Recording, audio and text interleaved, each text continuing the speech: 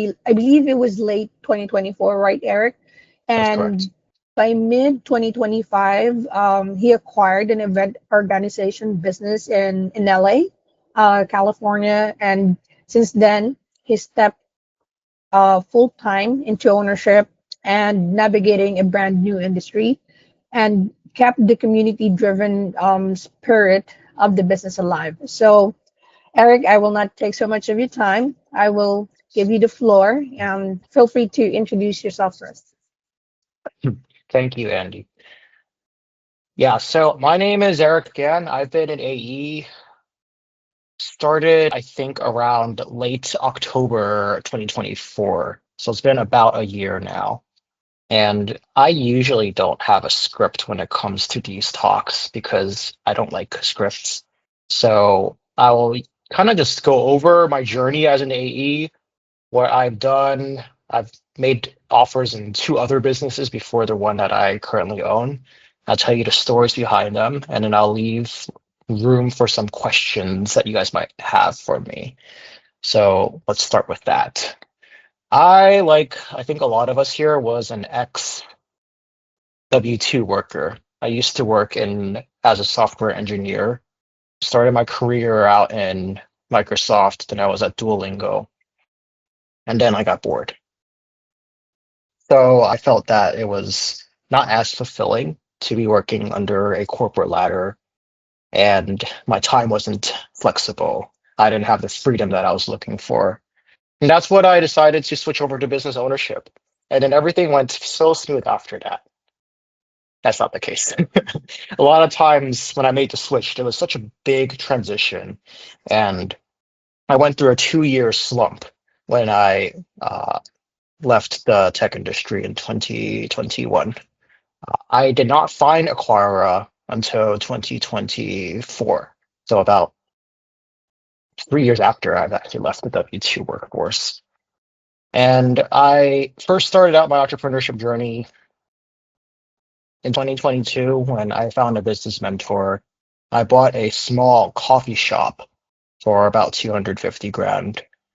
I knew nothing about business. I also bought into a partnership of a import-export business that sells disposable bamboo cutlery. And I was already running two businesses as my introduction to business. So we can consider that an MBA lesson.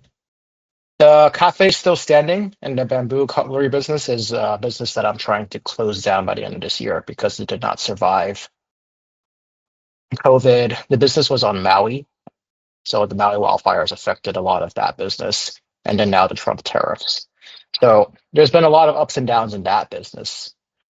Since I moved out of Maui, I moved to Los Angeles.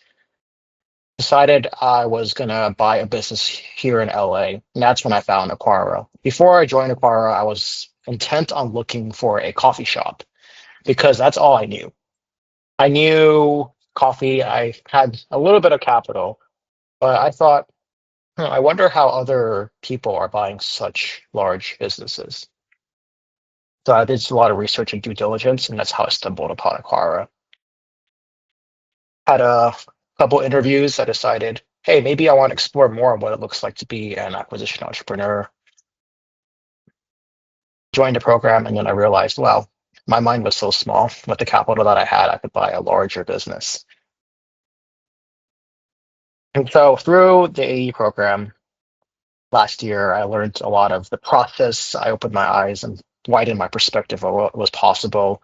Met with a bunch of great people like Ada and Alan Peterson, really great people. And in January, I was prepared to make an offer for a restaurant. It was a $3 million purchase deal with 1 million in SDE. And I was already in escrow when that deal was, I was already in escrow, and I was in the middle of due diligence process. But I ended up walking away from that deal. Why did I walk away from it? Even though the numbers looked really good, I found out that a third of the employees were key employees that were related to the seller with a familial relationship, whether it's a brother's wife, a cousin. It was a very well family run business. So when I was thinking about why I wanted to do that business, I felt that it doesn't suit me that well. I wouldn't be able to operate that restaurant without those key employees. And the people are one of the most valuable resources that we have in the business. If I lose a third of my key employees, then even if the numbers show that it's making seven figures in STE, without the people and the key employees, there is no business.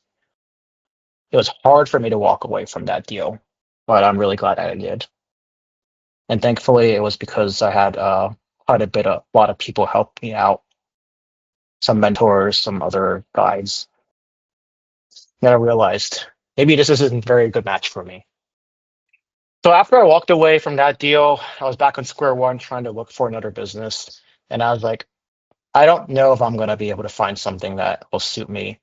California is one of the most restrictive places for home service businesses. So I did do some inquiries on a lot of them, but a lot of the sellers are looking for people with licenses. So I kind of was going back on a drawing board. I was doing a lot of what maybe you guys are doing in the beginning, go on bizbuysell.com. And I stumbled across this interesting business that is a Brazilian Jiu-Jitsu tournament company. I was not interested in owning an academy, but the idea of hosting tournaments was something that was intriguing. Now, I knew nothing about BJJ, Brazilian Jiu-Jitsu, at the time, but I had a friend who was practicing BJJ, and then I asked him about this. He's like, "Oh, this is quite an interesting business model." We talked a little bit more, and he and I decided to partner together in joining in this new business. Originally, our deal was supposed to buy him out outright, but we ended up negotiating a earn out and buyout agreements where I would enter in as a majority partner for a year and then phase out. I would end up purchasing the rest of his shares.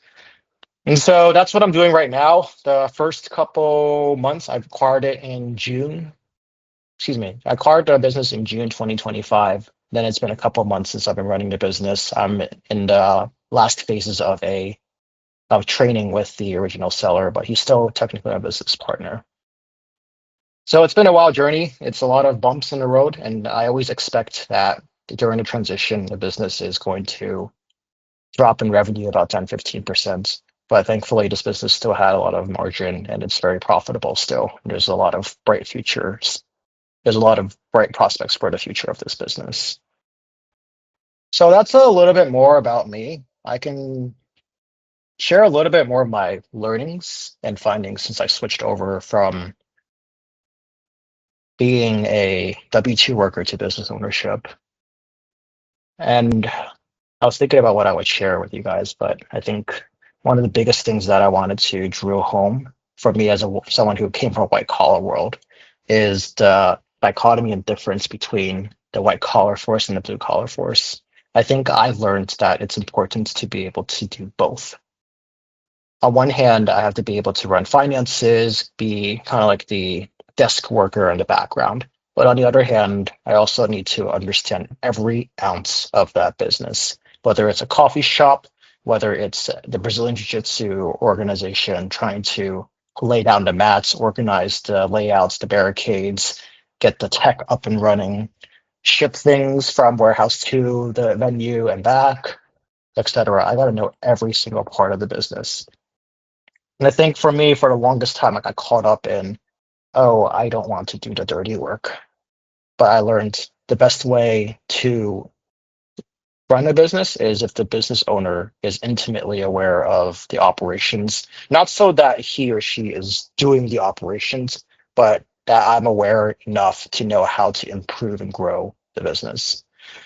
So that's a little bit about my journey right now. I have maybe 3, 4 full-time staff, and every single tournament has around 50 to 60 1099 temporary workers that work our tournaments. That's a little bit about me. I will leave some space for any questions that you guys might have.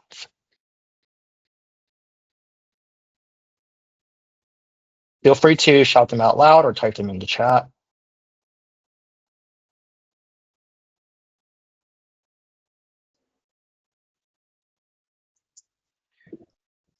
Did you take advantage of any kind of SBA financing or just seller financing only? This deal was the restaurant deal. I definitely went through the SBA process and I backed out of that. But this deal, the problem with this business was their tournament business was commingled with their another business entity. So the seller and I negotiated initially a seller financing deal. But then after a bit of negotiation, we talked. I ended up, instead of buying 100%, that I would buy 51% and phase them out to about a 91% buyout.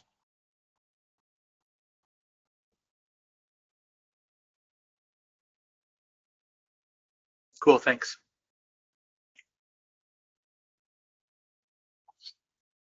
Hey, what's up, Eric? So, I mean, it's interesting. So you went into an industry that you didn't know very much about, which I feel like that can be fairly intimidating.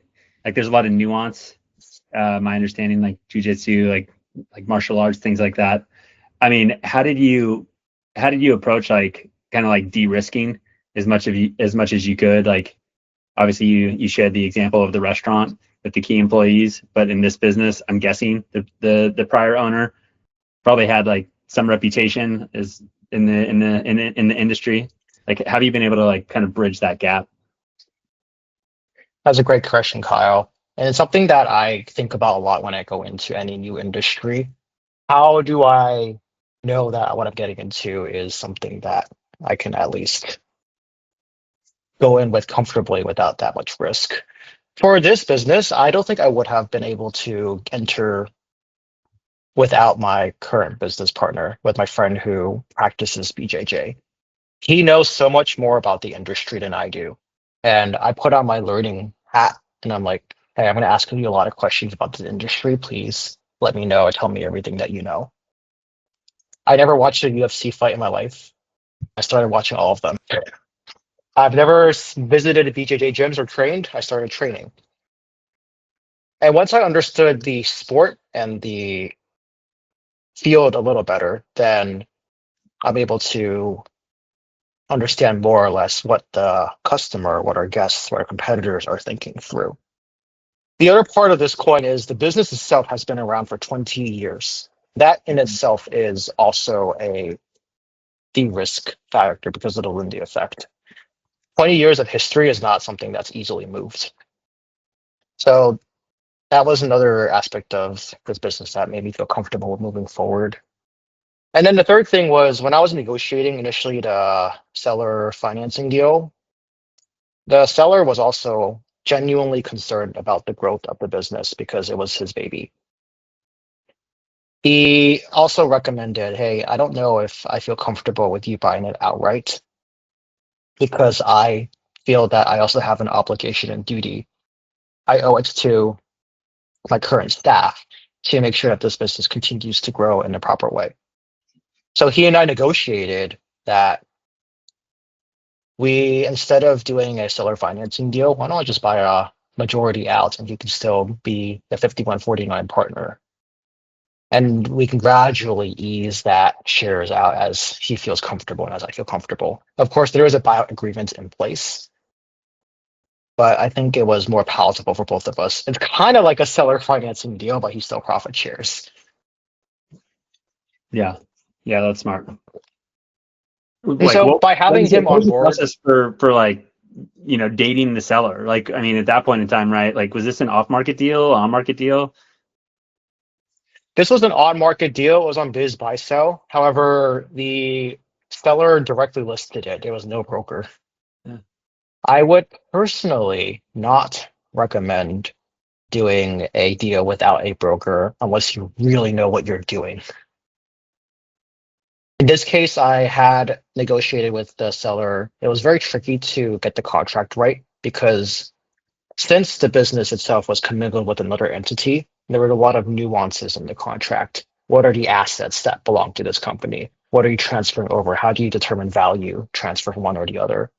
I ended up creating a new LLC with the seller, and we have a contract in place where this old entity would sell to this new entity, add contributes, goodwill, etc. There's a lot of legal involved, a lot of my CPA's advice involved too. So I had a great team that I knew and I was comfortable with established before I entered into this custom made deal. But if you haven't done business deals before, I would really not recommend without a broker until you get comfortable enough. I don't know. Thanks. Eric asked the question, was there any collateral for the seller's notes? There was no seller's notes because I ended up just buying shares. He's still on as a equity partner, so there was no notes, and therefore there is no collateral.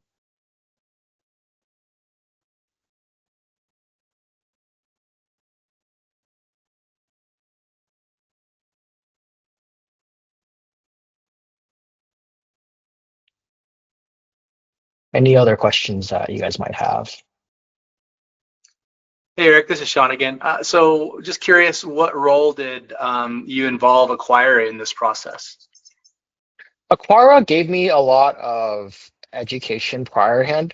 So I involved a lot more with Acquira on the restaurant deal when I was asking around for the SBA low with Alan Peterson. And since then, since I dropped from that deal, I've always communicated with Alan about what my next prospects were. So before I even considered a seller financing option, I talked to Acquira, talked to Alan about possibilities with SBA loan on this deal.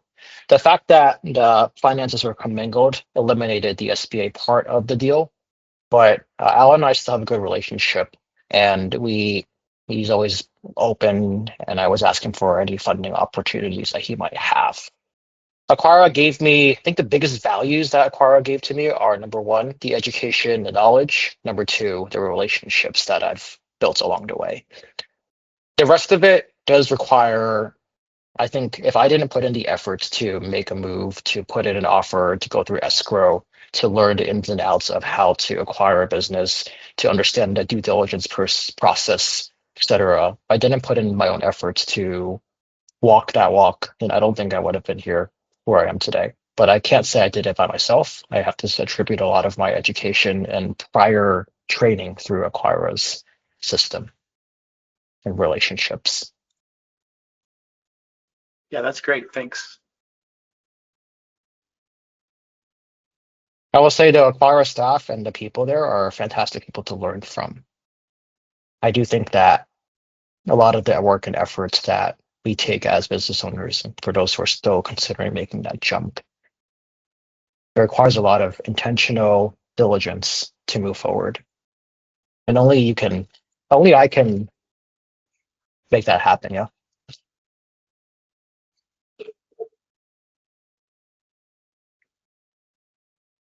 Any other questions? Are you guys all W-2 workers also thinking like where do you guys land on the fence of your walk in acquisitions?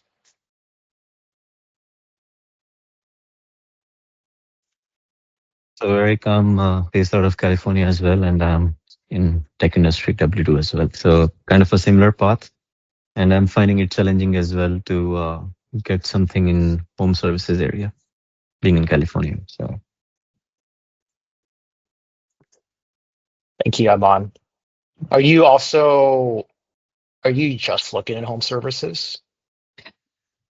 I mean, I was in the workshop a couple of weeks ago, and prior to that, I kind of realized that if I have to kind of be fixated on one criteria, which is location, I have to probably expand on the other criteria, which is industry.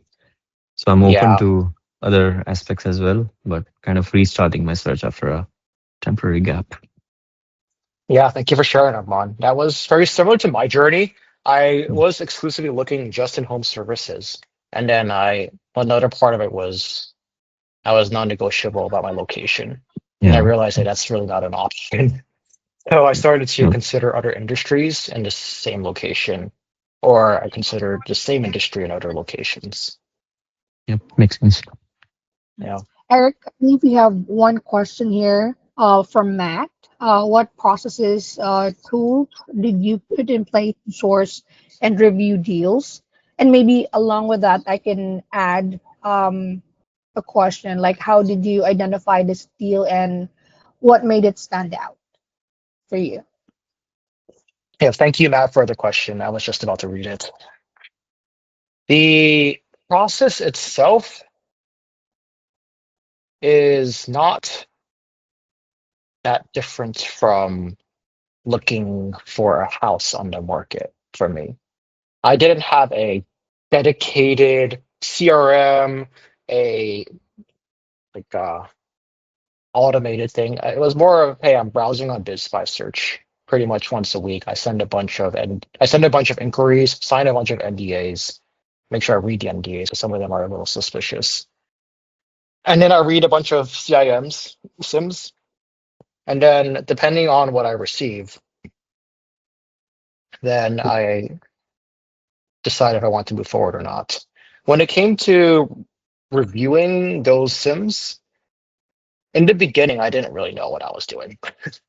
So I brought a lot of my Sims to the committee, and after two or three of those, I started to get more of the hang of reviewing the deals. So once I was able to be fluent with reviewing the finances, reviewing the headcounts, the structure, the business itself, location, etc., how the lease works, what are the add backs, what's the true cost, true value of each of the businesses. Once I became fluent with that process, then it took me the amount of time it took me to evaluate a deal shrunk. It became less and less. So what once took me maybe 2 to 3 days will now take me maybe a couple hours to review a deal, at least enough for me to move the ball forward. I will say though that it's important to have mentors. It's important to have other eyes to check the deal. For myself, I have a dedicated business mentor. I have my CPA as well. I do have a legal counsel that I talk with and consult with during the process. And without those three people, I don't think I would have been able to move as fast as I did.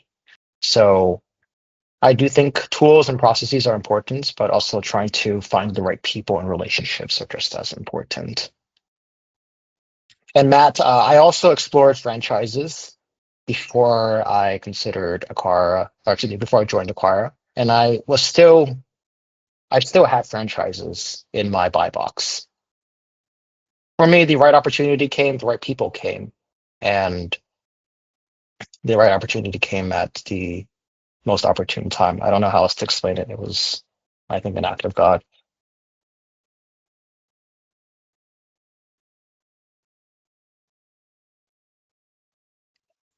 And Thanks, Andy, Eric. I think Appreciate you it. asked, sorry, Andy, I think you asked how my process was for the Brazilian Jiu-Jitsu business. It was pretty much, I went on BizBuySell and browsing like 30 businesses one day. And this Brazilian Jiu-Jitsu business happened to be one of the businesses that popped up in my feed. Sent an inquiry. I got a direct email from the seller. I actually didn't even respond to his email for a month. And then my business mentor also single-handedly found that deal as well. And we talked about it, and she said, hey, you should give this a chance. So I did talk to this. I sent an email back to the seller. We had a Zoom meeting and found out he was actually the seller directly. And that's when I started talking with him more. We negotiated a lot during that process. It was, he told me that there were 4 to 5 other people that were interested in the deal, ranging from, I think, 200K below what I offered. The business itself was less than 1 million, by the way. It's not a big deal, but it was the right deal and it had such great growth potential, which is why I considered it. So the low offer was 200K below mine, and the higher offer was, I think, 400K above mine. So I was right in the middle, and I ended up beating out 4 other offers. I asked him later on, why did you choose me? And he told me it seemed like I was the only one that knew how to move the needle forward and close the deal. And so I contribute a lot of that process of education of how to close the deal through my training in Acquira. Oh, that's great. So, how did you actually build your build the seller's trust and maintain a relationship? Do you have any advice to our current AEs? Good question. It takes a lot of intentionality. I have been in previous business partnerships before, but it was more of the negotiation process that I found out that the seller, I had to listen to what the seller was looking for. And it was through the negotiation process, through intentionally meeting with him, with my other business partner over coffee, that I learned what he actually is looking for. He has another 3 businesses, and so his time was getting short. I very quickly found out that he's not looking to retire per se, but he's looking to make sure that this business itself grows because he can't put his time and effort into it. So he's like, I think I need help. When I was able to identify that, then I was able to construct a deal that seemed favorable for all parties. And because he was so intent on making that deal, intent on making the business succeed, he was still willing to stay on for a period of time. Our buyout agreement is basically within 1 year, I can buy it out at the same price that I acquired it for. And then for another 25%, I can buy out at whatever the market rate is. And then he can retain a permanent 9%. That is the nature of a buyout agreement.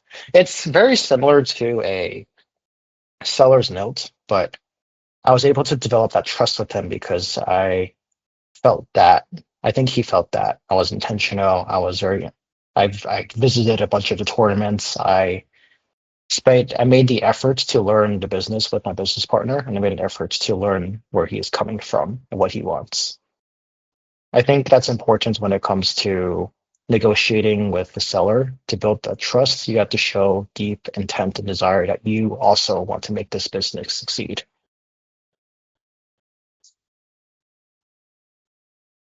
Great. Well, thank you for that. Do you have any other questions for Eric while we have him?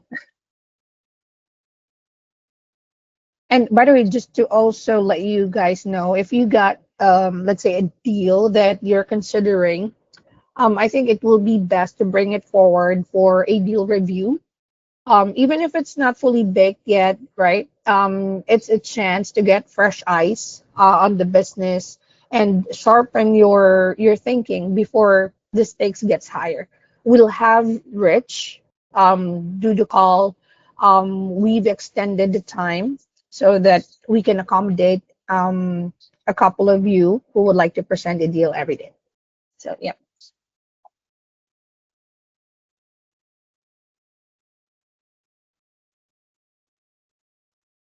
Any other questions? Anyone going through any deals that they want me to maybe get a gut check on?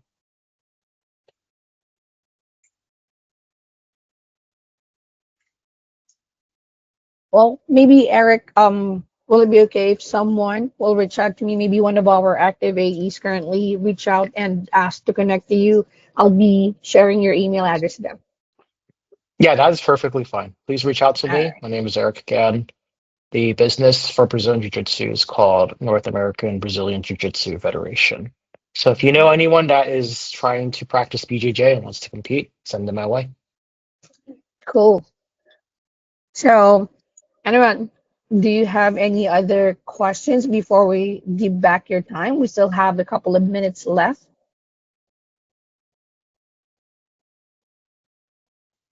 All right. Well, I guess that's it for today. We'll just give back your time. And I want to thank everyone for joining, especially Eric, for sharing such a valuable experience and insights about your journey. And yeah, hopefully we can do this next time again. All right, Thanks, thank you, everyone. everyone. Thanks, Eric. Thanks, Yep. Andy.